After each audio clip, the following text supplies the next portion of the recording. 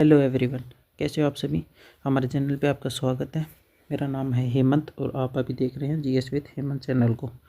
तो आज हम यहाँ पे बात करेंगे एसएससी एमटीएस 2026 का एग्ज़ाम जो होने वाला है वो कैसे होगा, मतलब उसमें कौन कौन से पेपर होंगे, उसका सिलेक्शन प्रोसेस कैसे होगा, उसका एग्ज़ाम पैटर्न कैसा है, कितने एग्ज़ाम होते हैं, कैसे होते हैं, क्या क्या आते हैं उसके अंदर, क्या क्या आते हैं उसके अंदर, और उसका क्वालिफ़िकेशन क्या है, कौन भर सकता है एसएससी एमटीएस के पेपर को, और उसकी सैलरी कैसी है, उसका सिलेबस कैसा है, क्या क्या पूछता है, क्या क्या नहीं पूछता है, और इसमें एज कितनी है।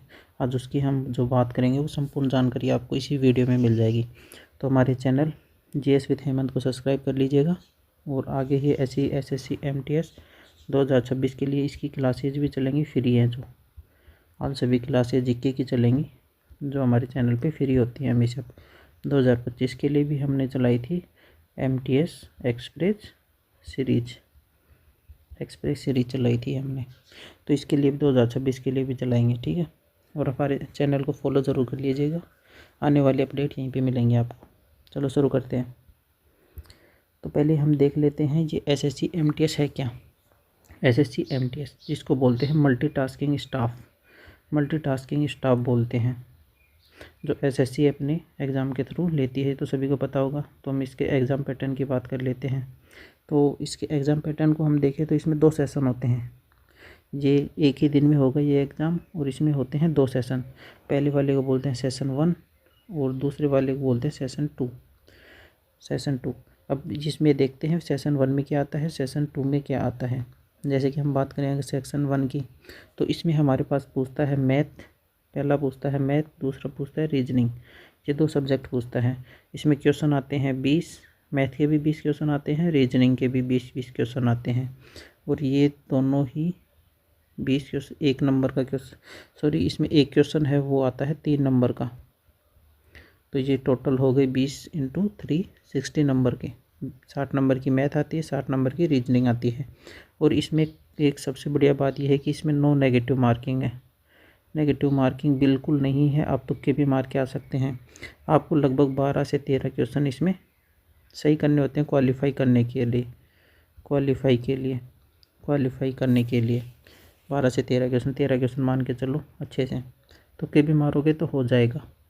और हम बता देंगे इसमें कौन कौन से टॉपिक इंपॉर्टेंट हैं, वो हम आगे बात करेंगे वीडियो में।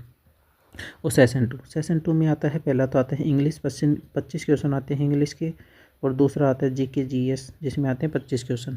यहीं से आपकी मेरिट बनती है और ये टोटल होता है 150 मार्क्स का। इसी में से आपकी मेरिट बनती है, इसी में कट ऑफ बनती है, इसी के आधार पर सिलेक्शन होता है। और इसमें नेगेटिव मार्किंग होती है, एक क्वेश्चन गलत किया आपका 1 नंबर कट जाएगा, 1 नंबर की नेगेटिव मार्किंग होती है। तो अब इसमें देख लेते हैं, हमें टाइम मिलता है 90 मिनट का पूरा टाइम मिलता है पूरे पेपर को सॉल्व करने के लिए, इसको और इसको दोनों को मिला के। और ये टोटल मार्क्स का हो जाए 270 मार्क्स का होता है।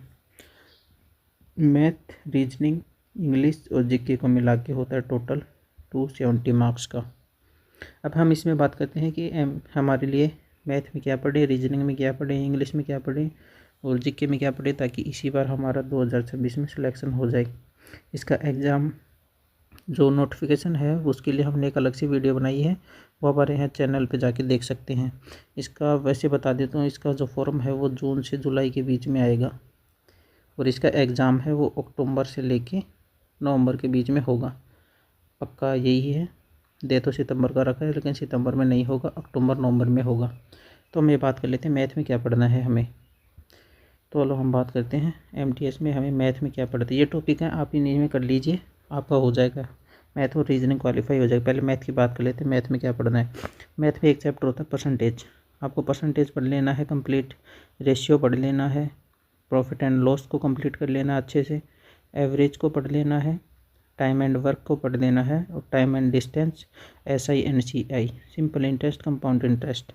ये टॉपिक हैं, 6-7 टॉपिक हैं ये, इसी को आप अच्छे से कर लेंगे। अभी आपके पास टाइम है, अभी मार्च चल रहा है, जून है, जुलाई है, अगस्त है, सितंबर है, तो आपके पास ये 5 महीने में आप एक टॉपिक एक हफ्ते में भी करेंगे तो आपकी 6-7 टॉपिक हो जाएंगे। और वहीं पे रीजनिंग में बात करें, रीजनिंग में क्या है, रीजनिंग तो सभी को आती भी होगी, वैसे भी इसमें कुछ खास आता नहीं है, लेकिन इसमें देख लेते हैं।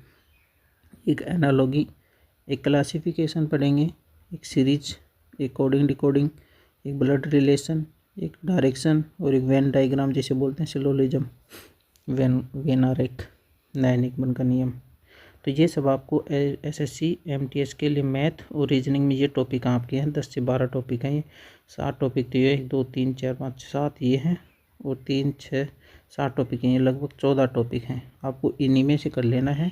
आपके इन्हीं में से 20 क्वेश्चन तो आप कर ही लोगे। जैसे कि आपको 13 ही करने हैं, आप 20 कर लोगे और बाकी में तुक्के मार के आना बिना कुछ सोचे समझे। तो आपको वैसे भी नेगेटिव मार्किंग है नहीं, तो क्वालिफाई हो जाएगा। सिर्फ क्वालिफाई करना है हमें ये। अब आती है ये जिसे बोलते हैं जीके जीएस, और मेरिट यहीं से बनती है, सिलेक्शन भी यहीं से होगा। तो आप इसको ज़रा ध्यान से देखिएगा, ठीक है। हम बात कर रहे हैं जीके की। पहले जीके में हमें क्या पढ़ना है? जीके में हमें पढ़ना है हिस्ट्री। हिस्ट्री में क्या पढ़ना है? 3 सेक्शन है। पहले बात कर लेते हैं हम एशियंट हिस्ट्री। एशियंट हिस्ट्री में क्या पढ़ना है? सबसे ज़्यादा क्वेश्चन आते हैं इंडियन वैली सिविलाइजेशन, जिसे बोलते हैं सिंधु घाटी सभ्यता। इसी से हमारे सबसे ज़्यादा प्रश्न आते हैं। और वहीं पे आते हैं दूसरा वैदिक एज से। फिर 2 धर्म हो गए, जैसे जैन धर्म और बौद्ध धर्म से प्रश्न आते हैं। और जो सबसे ज़्यादा इसमें प्रश्न पूछता है वो होता है मौर्य और गुप्ता पीरियड। मौर्य और गुप्ता पीरियड से बहुत प्रश्न आते हैं, बाकी एशियंट हिस्ट्री को छोड़ के। तो आपको इसमें मौर्य को पढ़ना है और गुप्ता टाइम का जो एम्पायर था उसको पढ़ना है। और मिडिवल में हम बात करें तो मिडिवल में दिल्ली सल्तनत, इसको तो ऐसे मानो आप रट लो। दिल्ली सल्तनत की शुरुआत कब से हुई और इसकी ख़त्म कैसे हुई, दिल्ली और मुगल्स को। जैसे कि हम बात करें तो लगभग 1200 से लेकर 1707 तक को तो आपको अच्छे से पढ़ ही लेना है, जिसमें दिल्ली सल्तनत भी आ जाएगी और मुग़ल एम्पायर भी आ जाएगा सभी। और ये साउथ इंडिया में और इंडिया में, पूरे इंडिया में तो मूवमेंट जो स्टार्ट हुए थे जिसको बोलते हैं भक्ति मूवमेंट और सूफी मूवमेंट। तो आप इसकी उत्पत्ति देख लेना कहाँ से हुई थी और इसमें प्रमुख संत कौन कौन से थे उसको देख लेना। यहीं से प्रश्न पूछते हैं, ज़्यादा डीप में नहीं पढ़ना, आपको ऊपर से पढ़ना है, बेसिक नॉलेज लेनी है आपको। अगर हम बात करें मॉडर्न हिस्ट्री में क्या पढ़ना है क्या छोड़ना है? एक तो पढ़ना है 1857 की क्रांति, रिवोल्ट को अच्छे से पढ़ के जाना है। और एक होता है इंडियन नेशनल कांग्रेस, जब से बनी है 1885 से लेके 1947 तक इसके मोस्ट जो सेशन हुए थे, इंपॉर्टेंट सेशन है, किसने अध्यक्षता, कहाँ पे हुआ, किसने अध्यक्षता की और किसके टाइम पे हुआ। तो ये आपको कौन था उस टाइम गवर्नर जनरल, तो उसको आपको देखना है इंडियन कांग्रेस के सेशंस को। एक देखना है आप स्वतंत्रता संग्राम को देखना है आपको। एक गांधी जी का मूवमेंट, ये इम्पोर्टेंट है, यहाँ से गांधी जी से प्रश्न आते हैं, हमेशा आते हैं, पिछली बार भी आया था, उससे पिछली बार भी आते हैं, हर शिफ्ट में आ जाता है एक प्रश्न। तो आपको ये देखना है गांधी जी का मूवमेंट। और कुछ एक्ट हैं, जैसे कि एक इसमें एक्ट आता है 1773 का रेगुलेटिंग एक्ट, और एक 1909 का पढ़ना है, 1909 का पढ़ना है, 1935 का पढ़ना है। ये एक्ट है, 4-5 एक्ट हैं, इसको तो आपको इम्पोर्टेंट है, ये करके ही जाने हैं। अब आगे हम बात कर लेते हैं ज्योग्राफी में क्या पढ़ना है। ज्योग्राफी में 2 सेक्शन होते हैं, एक होता है फिजिकल ज्योग्राफी, एक होता है इंडियन ज्योग्राफी। फिजिकल कम पूछता है, इंडियन ज्योग्राफी ज़्यादा पूछता है। लेकिन फिजिकल में आपको क्या पढ़ना है? फिजिकल में आपको एक तो करना है अर्थ चैप्टर को कर लेना है, एक लैटिट्यूड हो गया, एक लॉन्गिट्यूड हो गया, अक्षांश और देशांतर को पढ़ लेना है। दूसरा आपको पढ़ लेना है रिवर्स, कौन सी नदी विश्व में कहाँ पे है, किस महाद्वीप में है। और माउंटेन्स को पढ़ना है, माउंटेन सबसे ऊंची चोटी कौन सी, सबसे लंबा पर्वत कौन सा है, ये माउंटेन्स पढ़ने हैं। तो एक पढ़ देना आपको क्लाइमेट, जिसे बोलते हैं, ये एक अलग सेक्शन है वैसे तो, लेकिन ये क्लाइमेट को आपको इसी में कर लेना फिजिकल ज्योग्राफी में।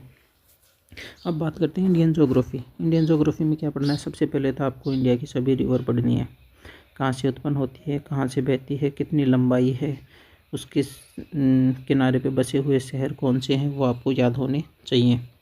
और इस पर कौन से बांध बने हुए, कौन सी परियोजनाएं हैं वो आपको पता होनी चाहिए। दूसरा है सॉइल, भारत में किस प्रकार की मिट्टी पाई जाती है, कौन कौन सी फसलें होती हैं, ये आपको पढ़ना है सॉइल और क्रॉप्स में। और एक हमारे पास एग्रीकल्चर भी है, किस स्टेट में क्या होता है, इंडिया किस में सबसे ज़्यादा प्रोडक्शन करता है, सिर्फ किस में कम करता है, किसका आयात ज़्यादा करता है, किसका निर्यात करता है, ये सब आपको इसमें पढ़ने हैं। एक हो गया नेशनल पार्क, यहाँ से कभी कभी प्रश्न पूछ लेता है, और ये स्टैटिक जीके का भी टॉपिक है, स्टैटिक जीके में भी पढ़ सकते हैं आप इसको, आगे भी बात करेंगे इसकी। एक स्टेट पढ़ना है, कैपिटल कितने स्टेट हैं, कौन सी उसकी कैपिटल है, और एक इसी में पढ़ लेना सीएम। आगे जीके के टॉपिक हैं दोनों, लेकिन ये यहाँ पे ठीक है। आगे बात करते हैं अब हम पॉलिटी की। ये तो फेवरेट है, ऐसे मान लो इसको, तो आप 5 स्टार इस पर लगा ही लो। यहाँ से तो पर्सन नहीं, 2% तो नॉर्मली मिलेंगे हर शिफ्ट में। पहले तो पढ़ने हैं इसके पार्ट्स क्या हैं, हमारे शेड्यूल्स कितने हैं 1 से लेके 12 तक के शेड्यूल्स पढ़ने हैं आपको। फिर हमें प्रस्तावना पढ़नी है जिसे बोलते हैं प्रेम्बल। फिर हमारे मौलिक अधिकार और मौलिक कर्तव्य पढ़ने, फंडामेंटल ड्यूटीज और राइट्स पढ़ने हैं हमें। फिर हमारे राज्य के नीति निर्देशकता तो पढ़ने हैं DPSP। फिर हमें पढ़ना है प्रेसिडेंट, आर्टिकल 52 से। प्रेसिडेंट को पढ़ना ही है, राष्ट्रपति को तो राष्ट्रपति के जितने भी आर्टिकल हैं 52 से लेकर 61 तक सभी रट लो, जिसमें से एक क्वेश्चन आ ही जाता है हर शिफ्ट में। एक पढ़ना है हमें PM, एक पढ़ना है पार्लियामेंट का होगा संसद 79, ये हमें पढ़ना है। एक प्रेसिडेंट जैसे सेंटर में होता है वहीं स्टेट में हमें गवर्नर पढ़ना है। जैसे सेंटर में PM होता है तो स्टेट में CM होता है, ये भी हमें पढ़ना है। और फिर आगे बढ़ना है हमें कॉन्स्टिट्यूशनल आर्टिकल्स, कुछ आर्टिकल्स इंपॉर्टेंट है वो हमें पढ़ना है, वो हम बता देंगे आपको नीचे वीडियो के डिस्क्रिप्शन में, कमेंट में हम क्या बोलते हैं उसको पिन कर दूंगा कि कौन से आपको आर्टिकल पढ़ने हैं और इम्पोर्टेंट अमेंडमेंट पढ़ने हैं। जैसे कुछ इम्पोर्टेंट अमेंडमेंट हो गए, जैसे 7 हो गया, 15वां हो गया, 42वां हो गया, 44 हो गया, 61 हो गया, 73 का हो गया, 91 का हो गया, 92 का हो गया, 100 के बाद के पूरे 106 तक के पढ़ने हैं। ये कुछ इम्पोर्टेंट अमेंडमेंट हैं जो आपको पढ़ने ही पढ़ने हैं। और एक फर्स्ट भी पढ़ना है, किसके लिए हुआ, कब हुआ और किसके टाइम पे हुआ, ये पढ़ना है। अब हम बात कर लेते हैं जीके में साइंस की। साइंस में क्या होता है, साइंस में आता है फिजिक्स, केमिस्ट्री और बायोलॉजी। तो इसमें से ज़्यादा नहीं पढ़ने, बस ये टॉपिक ही पढ़ने हैं। जैसे फिजिक्स में आपने मोशन पढ़ना है, वर्क पढ़ना है और उसकी एनर्जी पढ़नी है। एक लाइट पढ़ लेना है, एक साउंड का टॉपिक है वो पढ़ लेना है। जानकारी होनी चाहिए आपको इसमें, जैसे कि डेली यूज़ का पूछेगा इसमें, ज़्यादा भी आएगा तो डेली यूज़, डेली लाइफ से संबंधित क्वेश्चन आएंगे इसमें।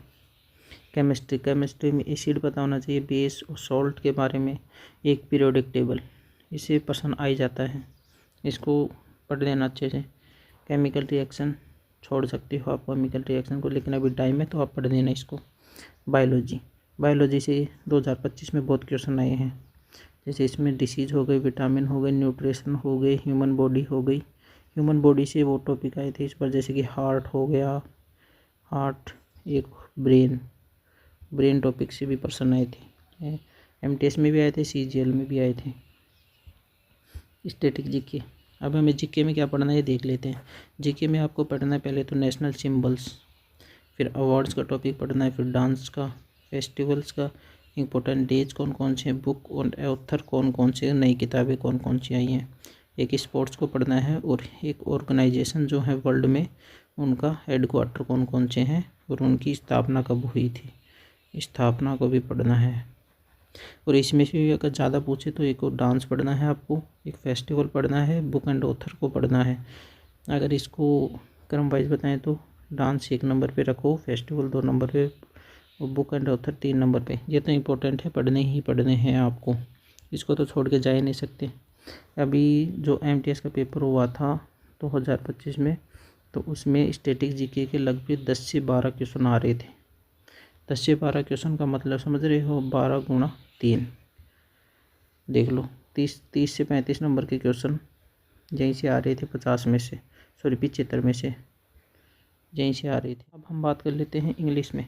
इंग्लिश में हमारे आते हैं 25 क्वेश्चन, 3 नंबर का आता है, जिससे हो गई 75 नंबर।